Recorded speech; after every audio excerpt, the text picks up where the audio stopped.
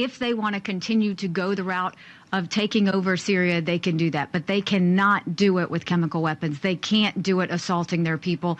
And we're not going to fall for it. If there are chemical weapons that are used, we know exactly who's going to use them. And this is the exact same playbook that Russia and Iran and Assad have used every time. And the OPC. Hello, everybody, and thank you for tuning in to the Liberty Report.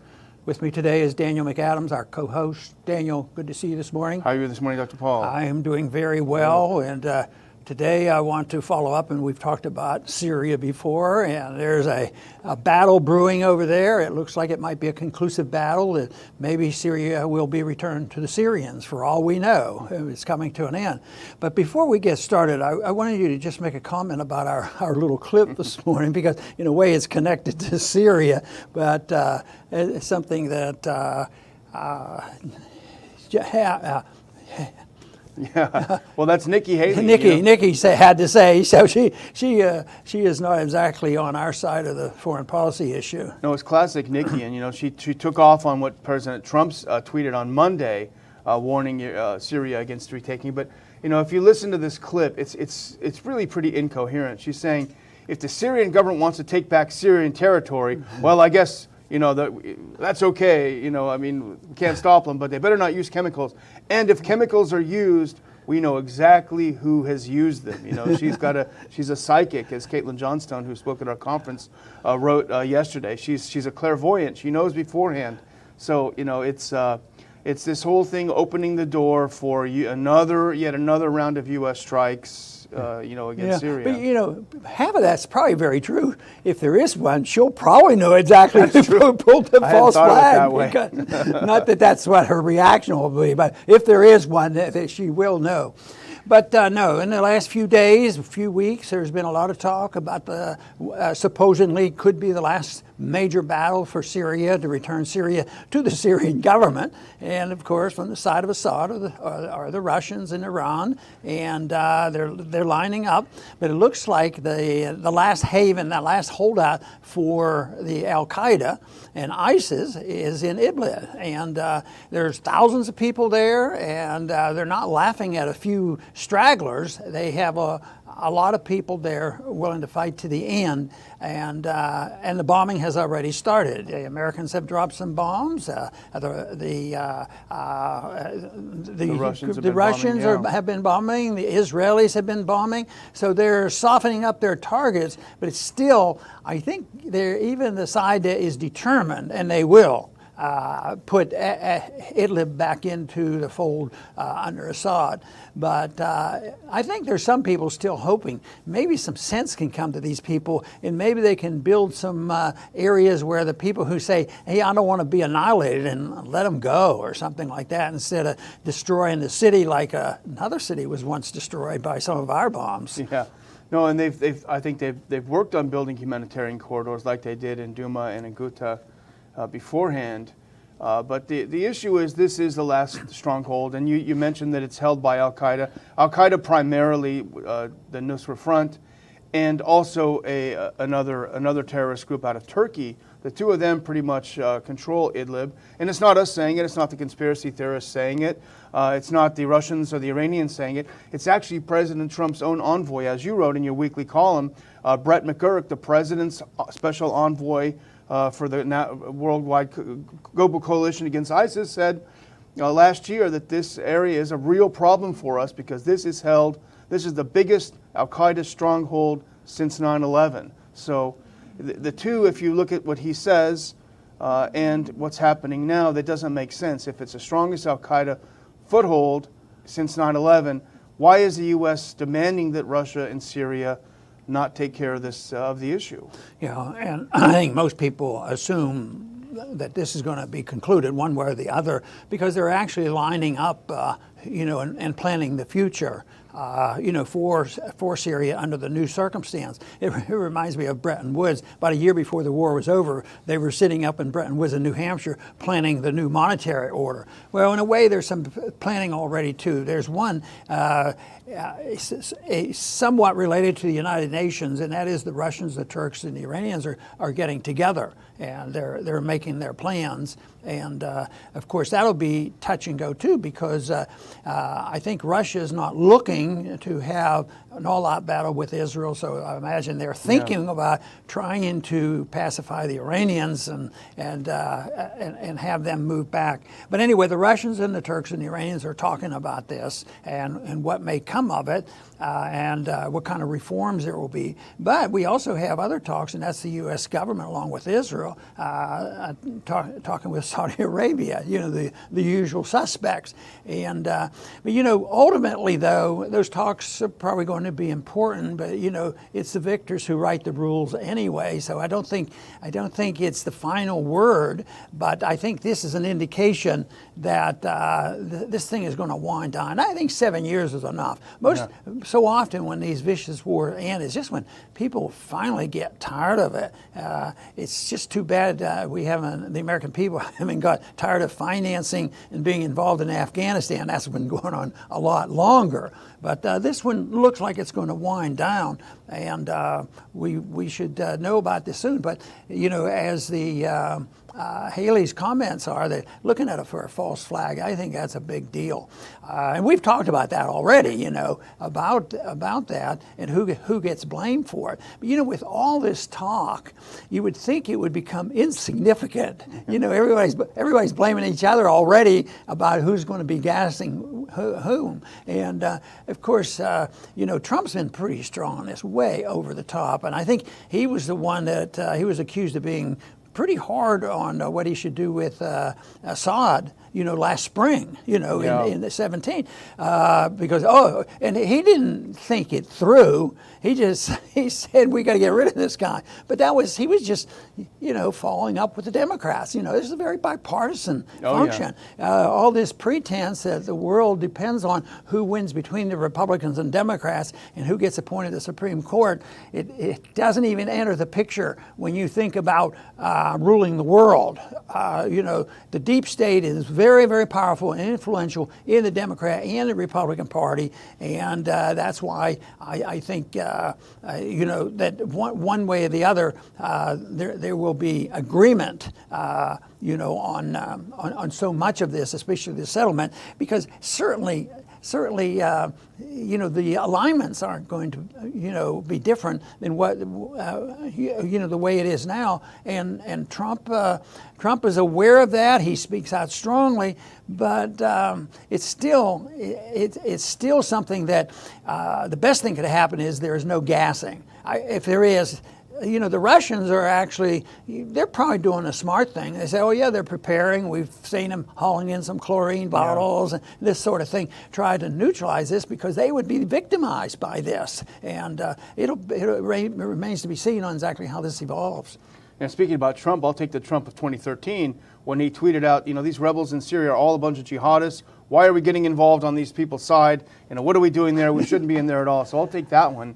But you mentioned the U.S. kind of with crocodile tears in its eyes about humanitarian concerns, and that's how President Trump framed his tweet on Monday night about humanitarian crisis is coming for Idlib, and of course that is a concern. Unfortunately, civilians do die in wars, and increasingly so. But it was a different story in places like Mosul and Raqqa, where the U.S. came in and completely obliterated these cities completely. And here's an Amnesty report. It actually just came out in July of 2018 on the 17th. It's talking about the U.S.-led coalition is deeply in denial about civilian casualties in Raqqa. The U.S. claimed, 23 people were killed by our bombs in Raqqa. This is from the Amnesty report, the only U.S. coalition partner on the ground was the Kurdish SDF, and they said coalition mistakes and unsuccessful airstrikes have resulted in huge human and material losses on the ground. We actually have a picture here, and let our audience judge for themselves whether it looks like only 23 civilians were killed in Raqqa. This is literally annihilated from the face of the earth after U.S. bombing last year, Raqqa. Completely destroyed, nothing left of it. But we claim only 23 people killed, and now we're warning Assad not to kill civilians in Idlib. So the hypocrisy there is a little bit thick. Yes, and it's pretty evident that the two parties do come together. I mean, and they distort and distract. Because right now, how many people in this country do you think have any idea that we might have been sympathetic and helpful to Al-Qaeda? Yeah. No, nobody would believe that. Because it's so crazy, but it's true. They wouldn't believe it. Why should they? It's so preposterous, nobody would believe it. But it's also never reported. But think of Russiagate.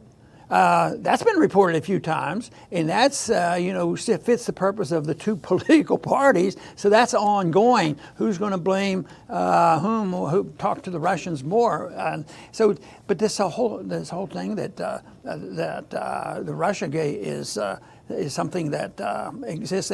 People aren't aware of this, and this is the big problem, because it is hard to believe. Now, sometimes the people that get involved also that they have been deceptive, but less so now are the white helmets. Now, to your knowledge, have the white helmets moved back in? Are they being used in this episode, do you think?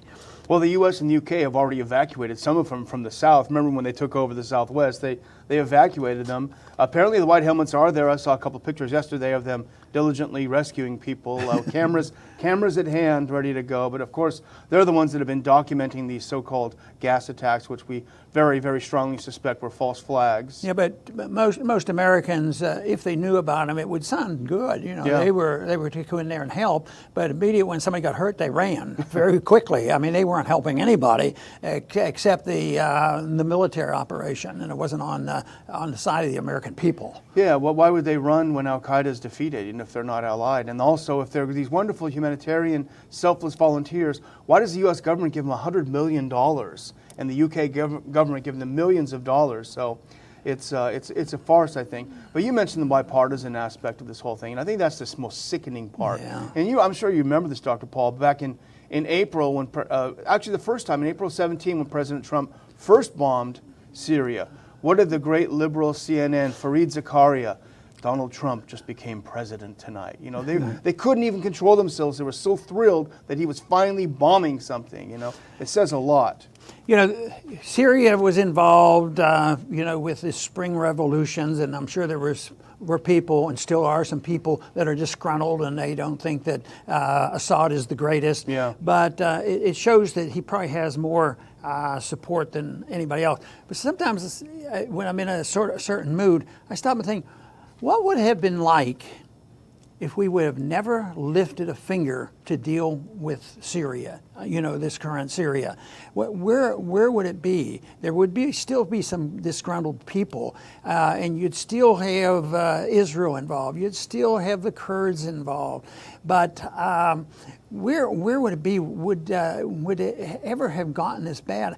I happen to think that if we'd have been completely out of there probably would have been some social disorder. But I don't think it would have ever ended up into a social revolution and the Assad family destroyed forever. And I just don't believe that happened. It looks to me that in these last 7 years, the perpetuation, it was mainly our interference over there. Because as far as legitimacy goes, if you think about, some type of international law, that a country does have a right to protect its sovereignty. It has a right to have, treaties and understanding with other countries. And certainly nobody claimed that it was illegal for Russia to have a base in Syria. And they don't really challenge the legality of Russia being helpful to Syria. So it seems to me like this just would have, not happened much. A lot of lives probably would have been saved, and who knows how it came. But that's pure speculation, and not much I can do about it. Someone asked President Putin, I think last year, a couple of years ago, about their base in Syria. And he told the reporter, why don't you go look at a map with all the U.S. bases outside of the U.S., and then take a look at all the Russian bases outside of Russia, and then let's get back and talk about it. Yeah, that's a good one. But you mentioned this, and this is, you don't have to love Assad or be an Assadist, as some of the people claim, to notice that people do vote with their feet. People move back into Aleppo, as you mentioned this week. Once Assad took back over, they moved back into Ghouta. They moved back to these areas. So if he was just involved in killing his people, Why would you move back for that? But a couple of points I wanted to make about Idlib, if I can just for a second. First of all, these people, U.S. government, Trump and others, are demanding that Assad not liberate Idlib from its control of Al-Qaeda. If they're really concerned about the humanitarian situation, why is there not a single voice? Nikki Haley, Bolton, no. Why isn't there a single voice telling these people that are holding the province, look, just give up, surrender, put down your weapons, avoid the battle? No one says that. That's something interesting. The second point is that Brett McGurk, who we talked about, who's Trump's special envoy, we know that it's run by Al-Qaeda. He told us this. So if we don't want the Russians and Syrians to deal with the Al-Qaeda, is the U.S., is President Trump ready to take these Al-Qaeda fighters as refugees in the U.S.? Because the problem is, this is how interventionism comes back to bite. This is the unintended consequences of interventionism. The U.S. and its allies sponsored thousands of foreign fighters to go into Syria to overthrow the government. They were Uyghurs from China. They were people from Qatar. There are people from Jordan, all over the world who came there to fight jihad, sponsored by Saudi, sponsored by U.S. So now that they're there, all of these foreign nationalities fighting in Idlib, none of the countries want to take them back. The Chinese don't want 20,000 crazed, head-chopping Uyghurs to come back. The U.S. wouldn't be happy to have them. Jordan doesn't want them back. So this is when you plan a war like this, these are the consequences. The real problem with Idlib is that nobody knows what to do with these people. Yeah, and we have trouble making sense out of it all. But wouldn't it be possible to make sense of it by looking at the appointments, whether it's Pompeo or Haley or Bolton and all this? They're all neocons, and they're there. And at times they might, go along with something Trump suggests and say, well, maybe they're not in charge. But when you look at it in the positions they have, how can you come to any other conclusion? Than the fact that, these are the people in charge of our foreign policy. And even though there may be a day that we, become slightly hopeful, if we're realistic, we have to say, well, the policy can't possibly change, and therefore we're going to remain in a dangerous situation. But our opposition, even from conservatives, they'll say, oh, yeah, but you guys are naive. You got to be strong. This will be tough. A guy like Trump is going to protect us and keep us safe and secure, and there's no risk in this. But they won't say, and besides, it provides a lot of jobs for a lot of people building weapons, which occasionally slips out on a few of people's opinions. Yeah, actually, I just noticed the Mises Institute has a great article up about how Washington is so rich, and that's part of it. But I would just conclude by saying I don't usually put a lot of stake in unnamed senior administration officials, but in this one case, I'm going to make an exception. David Ignatius, he was considered, the errand boy for the CIA, but he had a piece recently in the Washington Post, and he quoted a senior U.S. administration official saying, quote, "Right now our job is to create quagmires for the Russians and Syrian governments until we get what we want." And I tend to believe that. I think everything has failed. That's a strategy. Yeah, that's it. That's our strategy. Everything has failed. So what we're going to do now is just simply mess things up as much as we can until we get what we want. So unfortunately, if you're looking for a U.S. grand strategy, unfortunately that is at this point. I would just remind our viewers to please subscribe to the channel and to have your friends subscribe. Our subscriber base is growing, and we're happy to have that happen. If you want to look at some articles related to the things we talk about, ronpaulinstitute.org, ronpaullibertyreport.com, which tends more toward economic arguments. Ron Paul Institute tends more toward foreign policy and civil liberties. There's plenty of backing material, plenty to read to get yourself educated. And thanks again for joining us, Dr. Paul. And Daniel, you make a good point about the quagmire. If it's their goal, they're doing a very good job. If it's not their goal, but can tolerate it, they're doing a very good job. And that is a natural result of interventionism. The blowback, the expensive, and all the complications. And we don't know exactly what's going to come of this last battle. I think it's going to smolder a while, but there could be a deliberate setup for quagmire, but it's not going to be resolved easily, and there's going to be those problems. But I keep thinking that even with let's say a total victory in getting rid of our allies in Idlib, and we get rid of Al-Qaeda and ISIS, there's always going to be people resentful, whether it's for economic reasons or for military reasons, against the United States for our interference and our bullying the world around and throwing our weight around. So that is always going to be a problem. And therefore, if you're looking for a quagmire, just look at our foreign policy. And look at just, since 9/11, 2001, those years have been really, really tough. And yet people say, yeah, but we're safe. And a lot of them still argue with it, and they say, yes, we're safe. We had to give up a little bit of our liberties, but we're still safe. Well, we're not exactly safe. We're getting poorer, and we have a policy here that can get out of control. And I suspect it's not going to be this battle over Idlib that's going to get totally out of control, but it potentially could. You just don't know what would happen. So it makes the point for looking at, studying, and understanding what non-intervention is all about.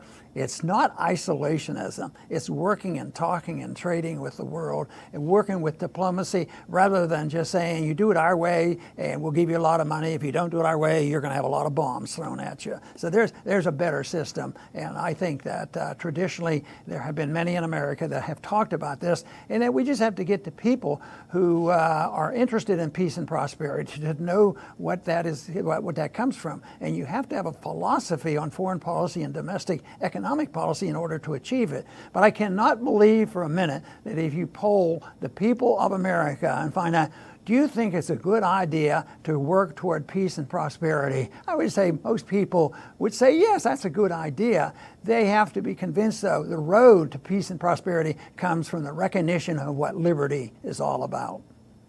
I want to thank everybody for tuning in today to the Liberty Report. Please come back soon.